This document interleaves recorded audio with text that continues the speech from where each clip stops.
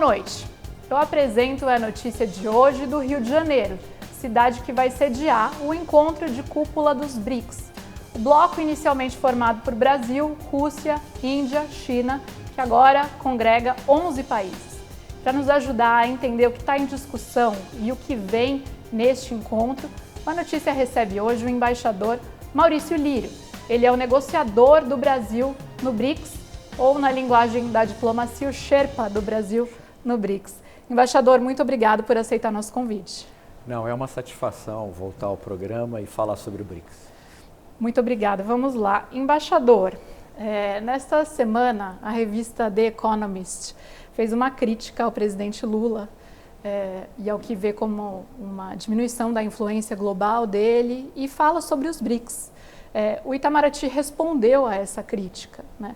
Na resposta, o Itamaraty pondera que o BRICS é um ator na luta por um mundo multipolar, menos assimétrico e mais pacífico. Então, eu aproveito para perguntar para o senhor, como que essa cúpula pode mostrar isso? Qual que é a expectativa do Brasil para essa cúpula? Olha, eu não vou comentar a matéria, porque eu acho que não cabe muito, ainda que dizer que temas como saúde, clima e comércio são inócuos, né, que eu achei surpreendente de uma revista tão importante, tão respeitada como Economist. Mas eu acho que a crítica é pelo fato de que o Brasil quer botar no centro da agenda internacional não os temas só da guerra, quer botar os temas do desenvolvimento, quer botar o combate à mudança do clima, quer botar o combate à pobreza, o combate às enfermidades, e esses são temas absolutamente centrais para a população em geral. Então, essa ideia de que a presidência do BRICS tem uma agenda que não é adequada, como foi criticado, me parece equivocada, porque, no fundo, o objetivo brasileiro, como foi no G20, é justamente dizer, olha, nós temos muitos conflitos no mundo, e eles têm aumentado a cada ano, né? Primeiro, em 2023, tínhamos o conflito na Ucrânia, 2024, o conflito na Palestina, 2025, agora o conflito contra o Irã.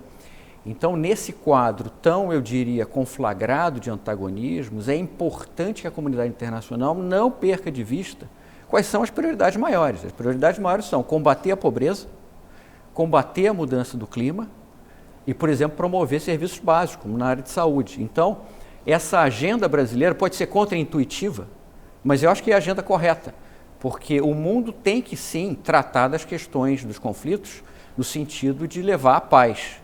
Mas não pode esperar o encerramento dos conflitos para combater a fome, para combater as doenças, para, por exemplo, melhor administrar a questão da inteligência artificial. Então, eu acho que, eu não quero também, não me cabe, né, comentar o artigo, mas eu acho que é só para reafirmar que, como no G20, também no BRICS, o governo brasileiro, na sua presidência do grupo, quer botar os temas que mais importam no centro da agenda internacional.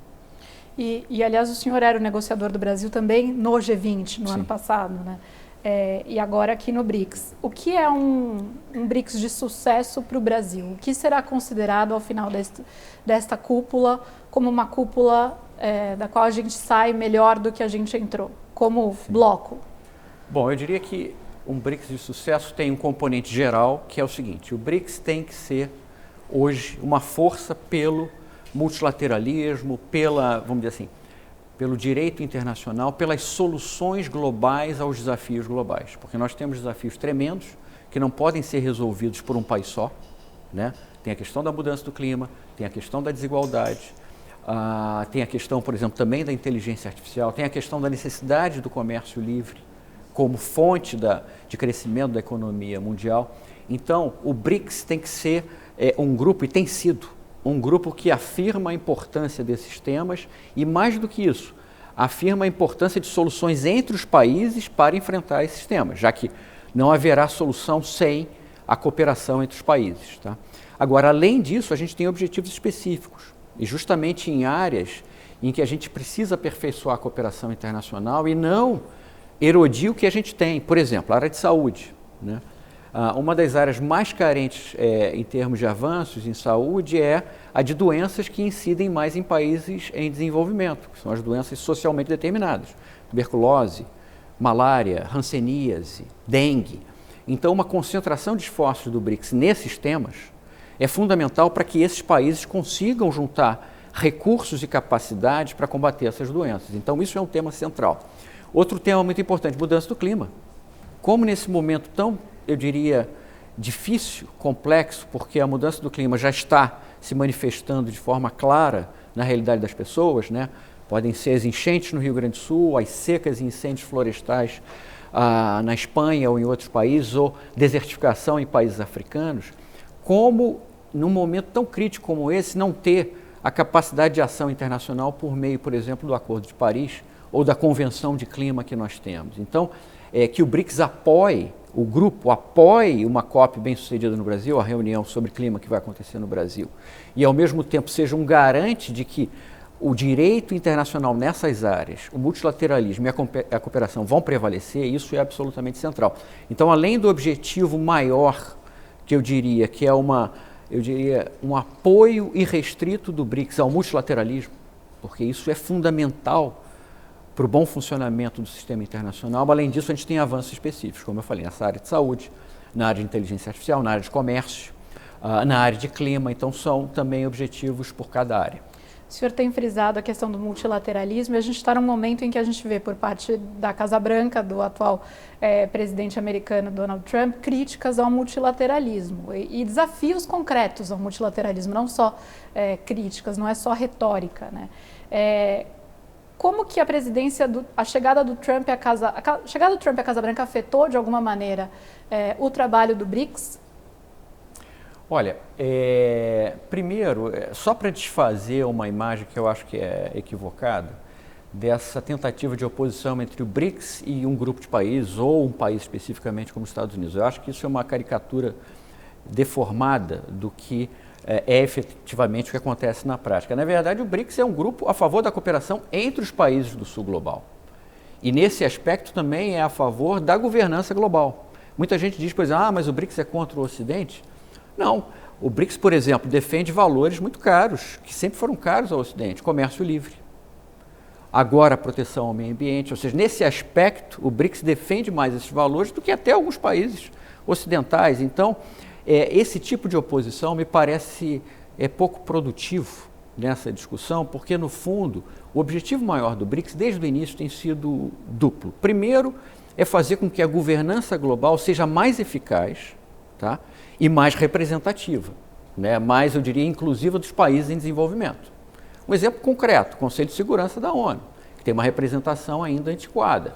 Ou o poder de voto no FMI e no Banco Mundial. Tudo isso tem que passar por um processo de reforma e de maior representatividade de alguns países. Então, esse processo, né, é fundamental. E isso é um dos aspectos centrais do BRICS. O segundo é a cooperação entre os países do sul global. Por exemplo, é isso, área de saúde.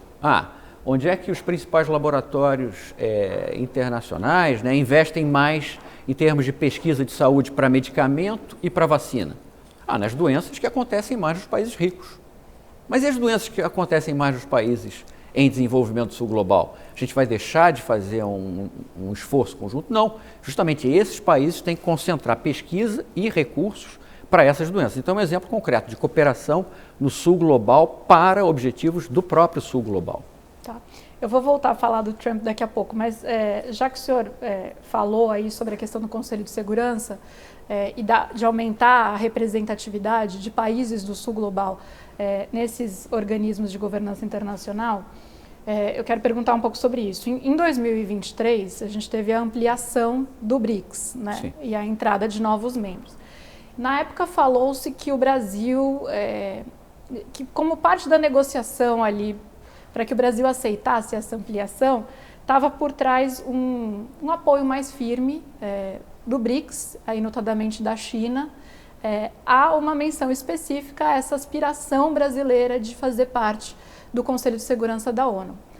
E aí, no ano seguinte, no ano passado, já não houve mais, então o Brasil concorda com essa ampliação, há uma menção explícita a essa vontade do Brasil no comunicado, e aí no ano seguinte essa menção explícita ela sai do comunicado, né? Há ainda uma menção em maior representatividade, etc., mas não está mais ali o nome do Brasil, digamos assim, naquele pedaço do comunicado, né?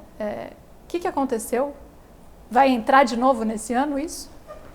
Estamos com ótimas expectativas sobre o assunto. Agora, a negociação é uma negociação complexa e é muito mais difícil negociar entre 11 países do que negociar entre 5.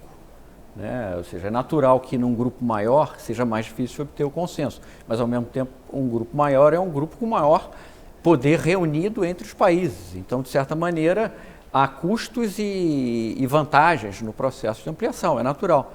Mas eu tenho boas expectativas que teremos bons resultados na negociação das declarações. Não prejulguemos o que vai acontecer na cúpula que acontece dias 6 e 7. Mas ficou parecendo que o Brasil recebeu uma promessa de algo que muito rapidamente ficou de lado. Uma coisa é o apoio reiterado dos países do BRICS original em relação ao Brasil e outros países no Conselho de Segurança. Outra coisa é o que os demais países que entram defendem, né, nesse aspecto.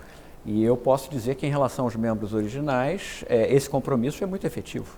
Né? Então, eu não vejo, na verdade, né, uma grande crise por conta disso. Muito pelo contrário, eu acho que é normal que haja, eu diria, maior dificuldade de consenso em alguns temas, porque é um grupo maior, mas ao mesmo tempo é maior capacidade de mobilização para agir em áreas que nós temos que, eu diria, valorizar, que são justamente as áreas de interesse dos países em desenvolvimento. Isso é muito claro no BRICS ampliado também.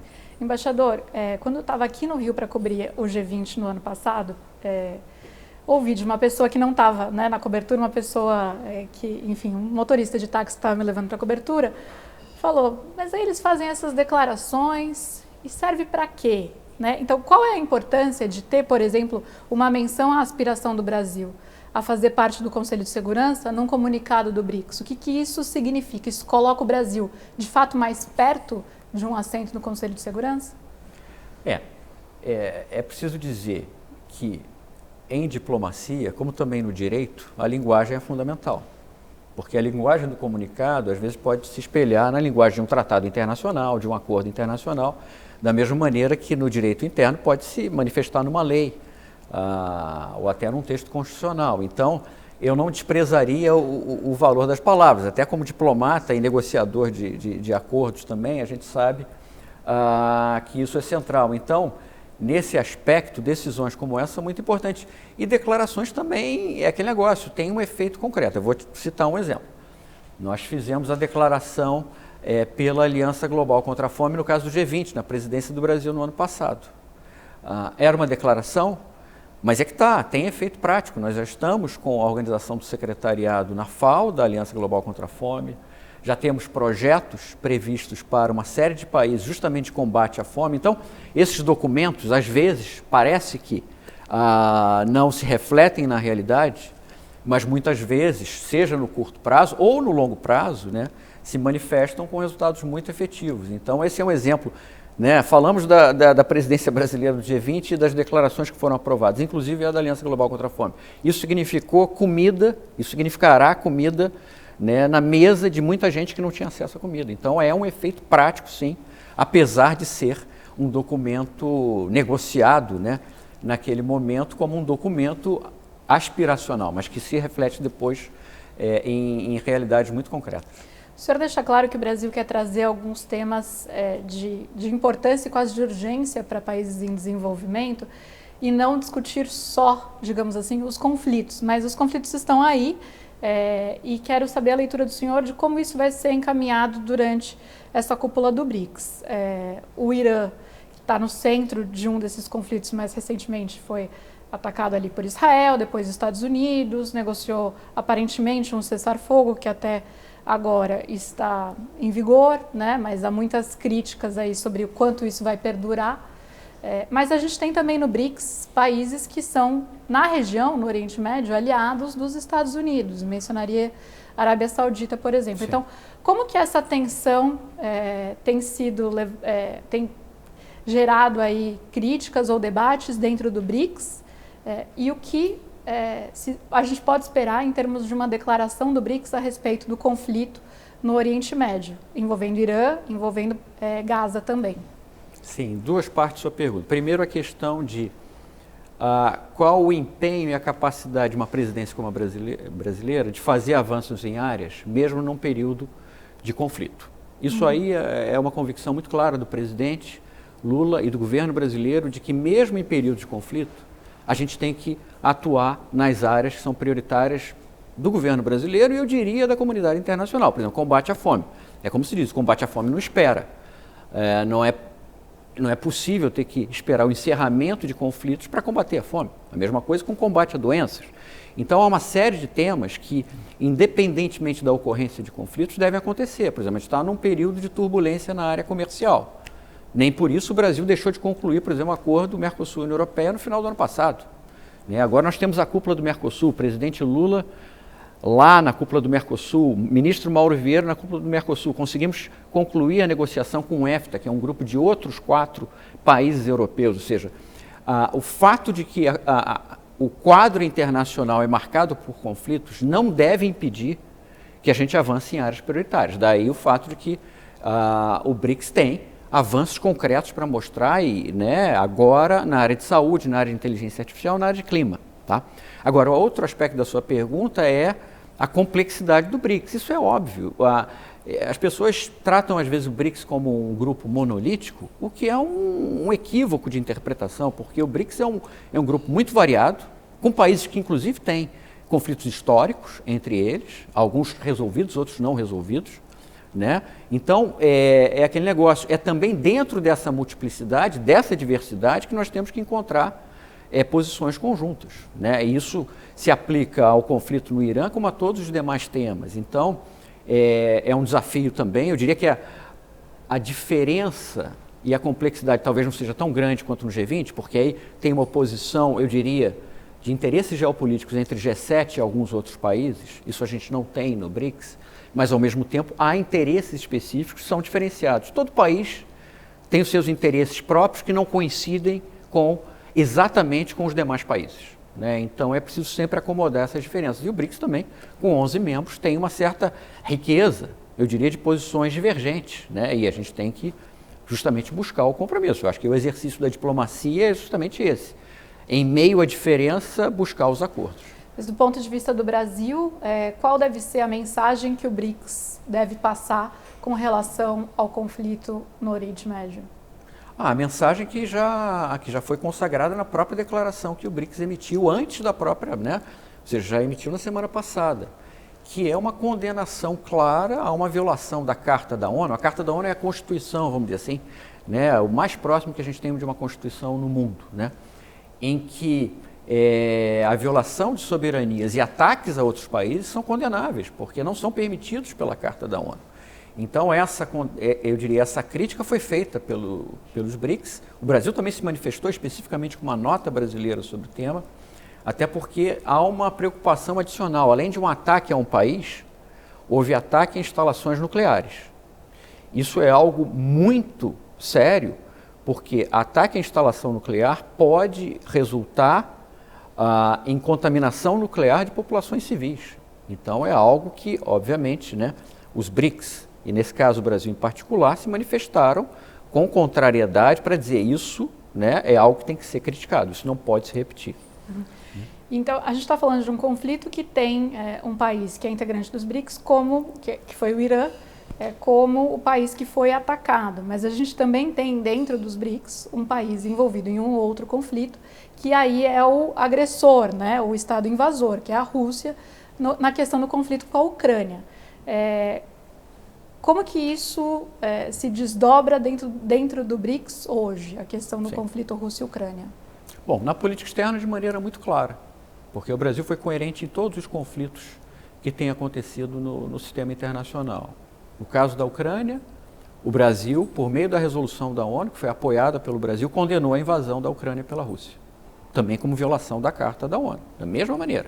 No caso de Gaza, os ataques contra a população também de Gaza, o Brasil condenou mais uma vez, ou seja, de forma coerente, como agora também, os ataques contra o Irã, ataques não provocados contra o Irã, contra um país, inclusive as suas instalações nucleares. Então, isso é algo que coerentemente o Brasil tem feito.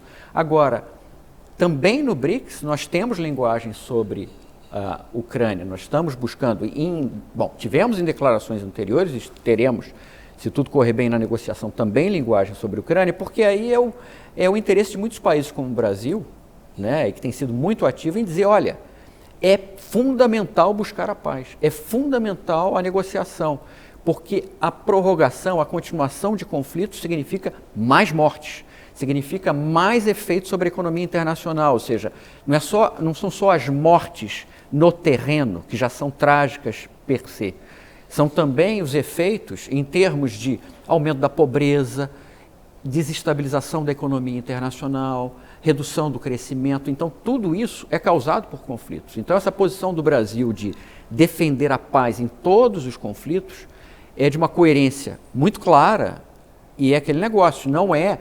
E é algo que nós compartilhamos com os países do BRICS, apesar de ter o caso da Rússia. Então, é um chamado também do Brasil a que todos os países se engajem em processos de negociação para chegar à paz. E, embaixador, voltando a falar agora um pouco sobre os Estados Unidos e o Trump, né? O Trump ameaçou, desde que ele chegou à Casa Branca em janeiro, os BRICS em algumas ocasiões, né? Ele disse que os países do BRICS enfrentariam tarifas se deixassem o dólar de lado e passassem a usar outra moeda em suas transações, que não o dólar, né? O Brasil, nessa presidência, quero que o senhor fale um pouco mais sobre isso, mas deixou de lado a ideia de uma moeda comum dos BRICS, é isso, mas não a ideia de caminhar para uma desdolarização nas transações entre os BRICS, ou seja, de usar outra moeda que não o dólar.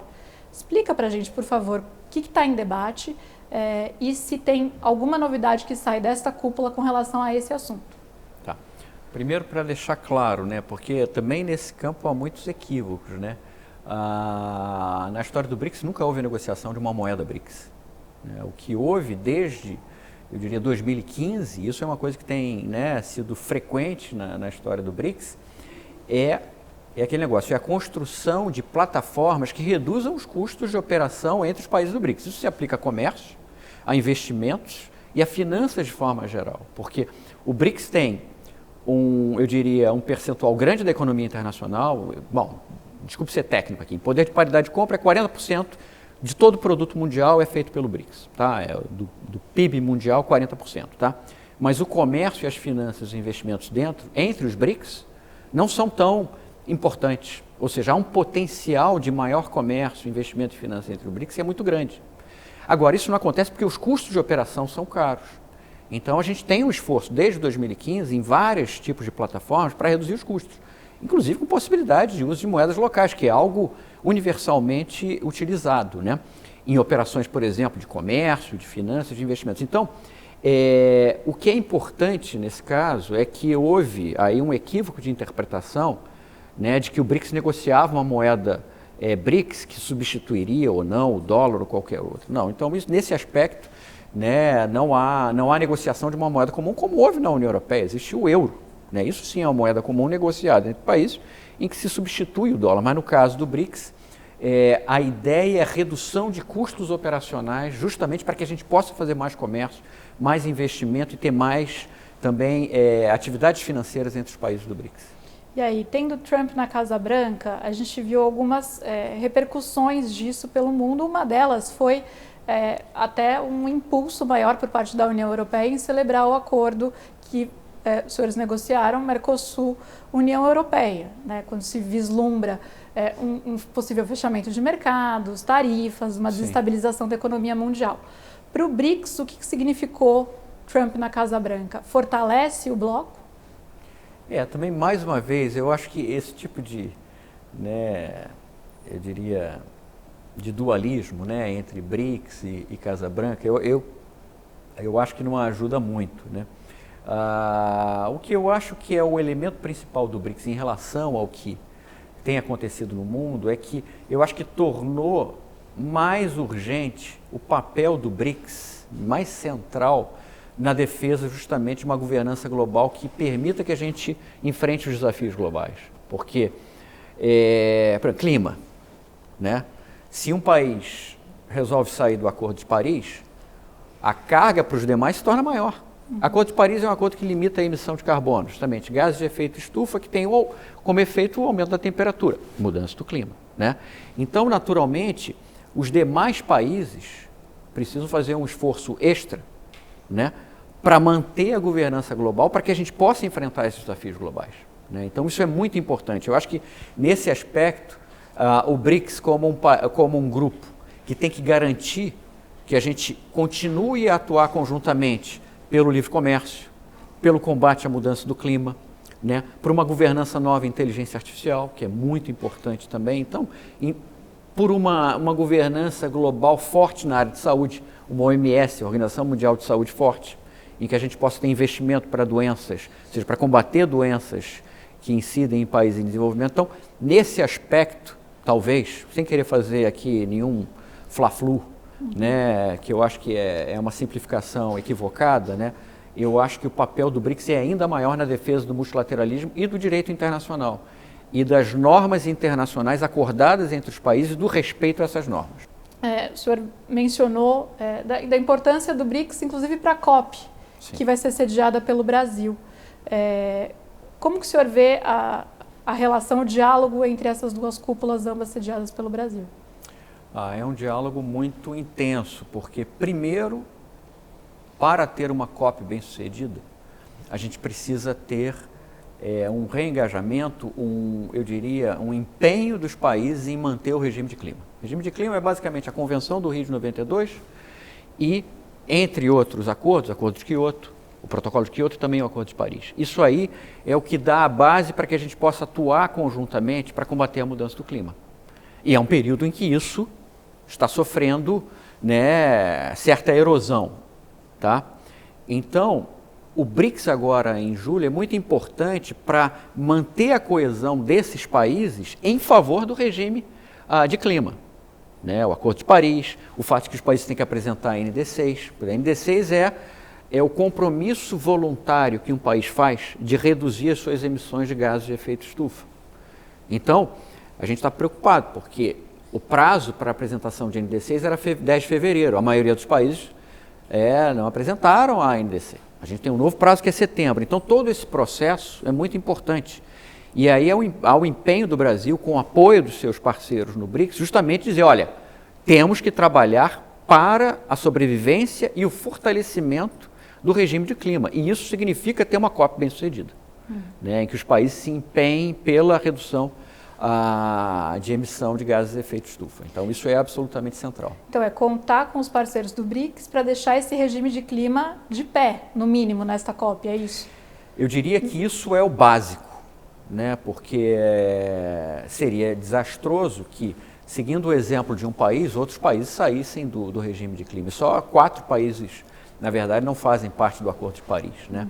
Então, se houvesse um efeito cascata, isso seria desastroso. Mas eu acho que isso não acontecerá, e o fato de que o BRICS, né, está muito empenhado em garantir que o regime sobreviva bem, o fato, por exemplo, que no acordo que nós assinamos com a União Europeia, há uma cláusula também de defesa do Acordo de Paris. Mercosul e União Europeia, né, aceitaram botar no seu acordo de comércio, que também é importante que se defenda o regime do clima, que a gente preserve, né, essa batalha de combate à mudança do clima. Todas essas iniciativas ajudam a manter o regime de pé. Agora, a gente não quer só manter o regime de pé, a gente quer fortalecer. É preciso implementar as decisões do regime. Isso vai ser um dos centros, uma das prioridades centrais da COP no Brasil. E aí, só avançando mais um pouquinho em COP, então, o senhor está otimista de que é possível avançar para além desse básico, que é manter o regime de pé? Eu acho que sim, e aí a centralidade está justamente na implementação, porque a gente agora já completou uma série de decisões importantes do regime do clima, mas o que está faltando é a efetiva implementação. Por exemplo, acabei de falar das ND6. Né? Há compromissos no Acordo de Paris para a adoção das ND6 pelos países, né? Por esses compromissos de redução de emissão. Então, agora é um trabalho adicional de implementar esses compromissos. E eu acho que a COP, voltada em parte para a questão da implementação, eu acho que tem uma tarefa muito importante justamente de mobilização dos países para que cumpram seus, vamos dizer assim, as suas obrigações em relação a clima. Embaixador, o senhor costuma responder que o senhor não pode falar sobre presenças, ausências, por uma questão de segurança, isso não é divulgado com antecedência com relação a quais líderes vêm, quais não vêm. Mas a gente sabe que há alguns impeditivos para pelo menos um dos participantes, que é o Vladimir Putin, né, que não tem saído da Rússia por receio de, enfim, sofrer alguma prisão no âmbito internacional. A notícia também de que o Xi Jinping da China pode não vir à cúpula dos BRICS. Isso é algum problema para o Brasil? Isso muda de alguma maneira essa cúpula ou não? Olha, nós temos a convicção de que haverá uma presença muito importante de líderes internacionais. No caso da China, virá o primeiro-ministro, que é o chefe de governo na China. Naturalmente, como o presidente Xi Jinping esteve aqui em novembro do ano passado, não só para a cúpula do G20, mas também para uma visita de Estado. Ele não só foi ao Rio para a cúpula, mas foi também a Brasília para uma visita de Estado. Então é natural, né, que não venha no intervalo tão curto, 2 vezes ao Brasil, virá o primeiro-ministro. Nós temos algumas questões relacionadas justamente ao Oriente Médio, né, porque justamente no momento de tanta conflagração internacional, de tantos conflitos, é natural que nem todos possam sair dos seus países num momento como esse. Mas nós estamos esperançosos que teremos uma presença, mais uma vez, de grandes líderes internacionais aqui no Rio de Janeiro para mais uma cúpula presidida pelo Brasil. Então, é como você falou, eu por protocolo diplomático e também por respeito às demais delegações e questões de segurança, nós não divulgamos, né, a lista completa dos presentes, mas o que eu posso assegurar é que teremos mais uma vez uma bela cúpula no Brasil, agora com o BRICS. E eu queria entender um pouco do senhor, o que o senhor vislumbra para o futuro do BRICS e sobre a importância desse bloco daqui para frente, porque a gente vê, conforme mudam os governos, o país pode se aproximar ou se afastar de alguns blocos, de alguns grupos de países. Como que o senhor imagina a relação do Brasil com o BRICS e a relação do BRICS daqui para frente? Fala-se muito em mudança de alguns eixos de disputas globais, né? Que hoje a gente fala muito centrado em Estados Unidos e China, mas pensar também em Índia e China, por exemplo. Queria ouvir um pouco do senhor, uma reflexão sobre o futuro do bloco. Sim. Eu acho que essa reflexão, Beatriz, tem que ser vista no quadro mais amplo dessas presidências brasileiras entre 2024 e 2025, né? G20, BRICS e COP. Eu acho que aí foi um esforço concentrado do governo brasileiro de trazer justamente os temas do que a gente chama do desenvolvimento, né? O combate à pobreza, a desigualdade, o combate à mudança do clima, inteligência artificial, que é um tema novo que afetará as pessoas, mas também tem um potencial enorme em beneficiar muitas pessoas também, em trazer toda essa agenda para o centro das discussões internacionais. A gente conseguiu, por exemplo, no G20, né? Até o ano passado, não havia declarações ministeriais porque o grupo em si parecia sequestrado por conflitos geopolíticos. Tá? Então, o Brasil conseguiu destravar as negociações do G20 a ponto de a gente lançar uma aliança global contra a fome, a ponto de ter uma declaração muito forte naquele momento também na área de clima, ter um chamado à reforma da governança global. São resultados muito efetivos. E a gente está tentando a mesma coisa no BRICS, que os conflitos existem, mas é que está o centro da agenda internacional das discussões devem ser os temas relacionados à prosperidade e ao bem-estar das populações, né?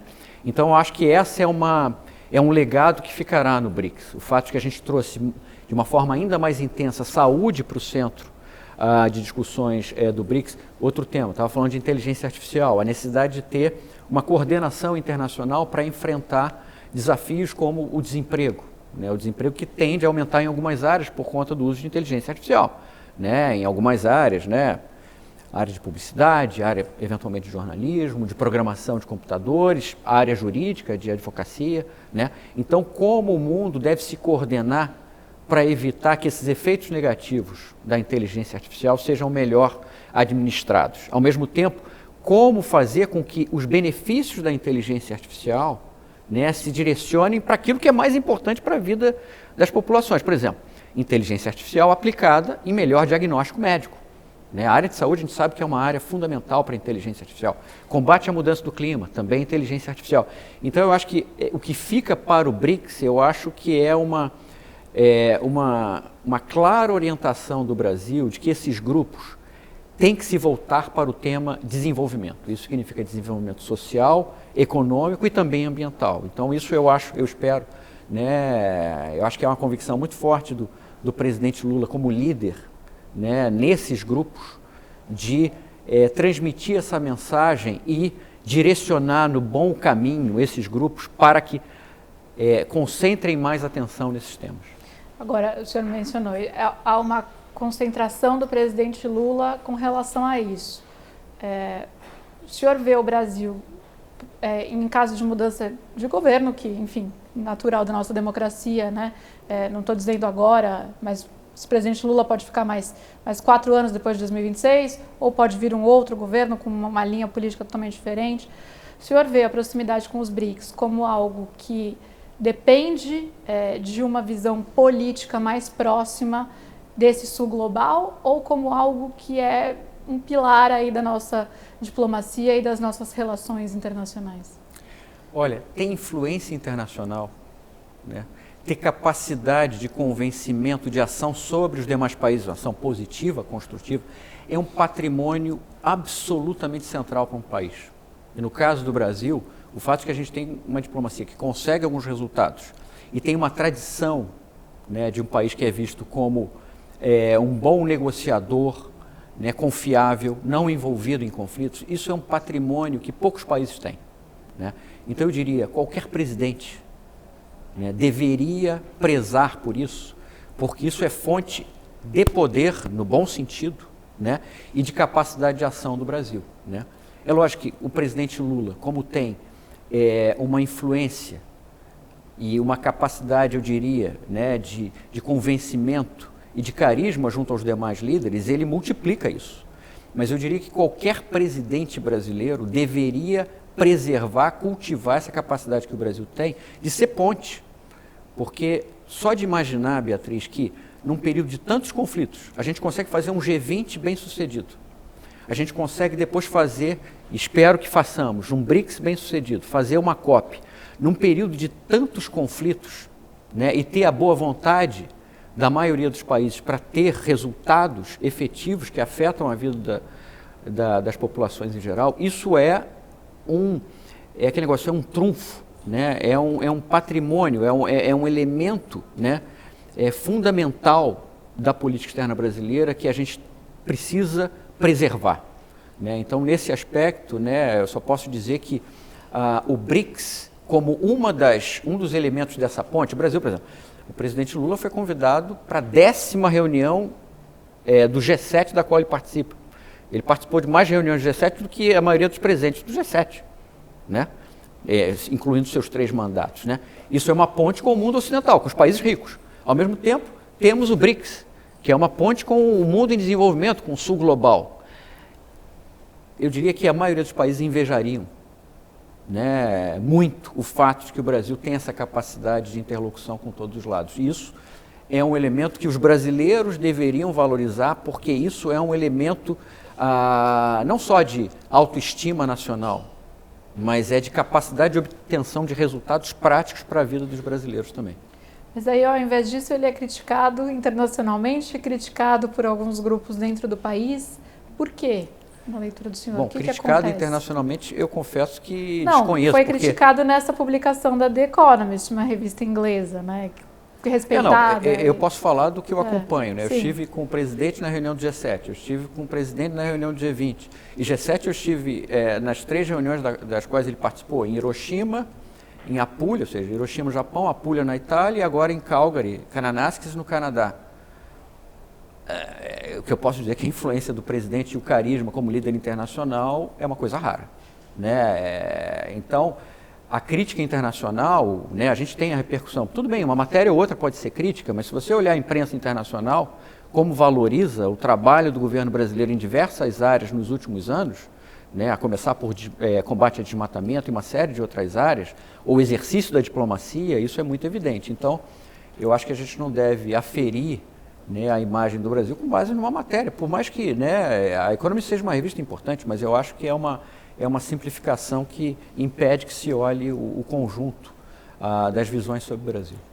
Embaixador Maurício Lírio, muito obrigada. Agradeço por tirar um tempo para falar conosco no meio das negociações aqui no Rio de Janeiro sobre BRICS. Já convido o senhor para voltar no segundo semestre para falarmos sobre COP, que o senhor também vai estar lá como negociador do Brasil. Sim. Então, agradeço de novo pela entrevista. Não, eu que agradeço. Sempre um prazer voltar ao programa. Muito obrigada. obrigado. O É Notícia fica por aqui. Agradeço especialmente a você que nos acompanhou pela audiência e até semana que vem.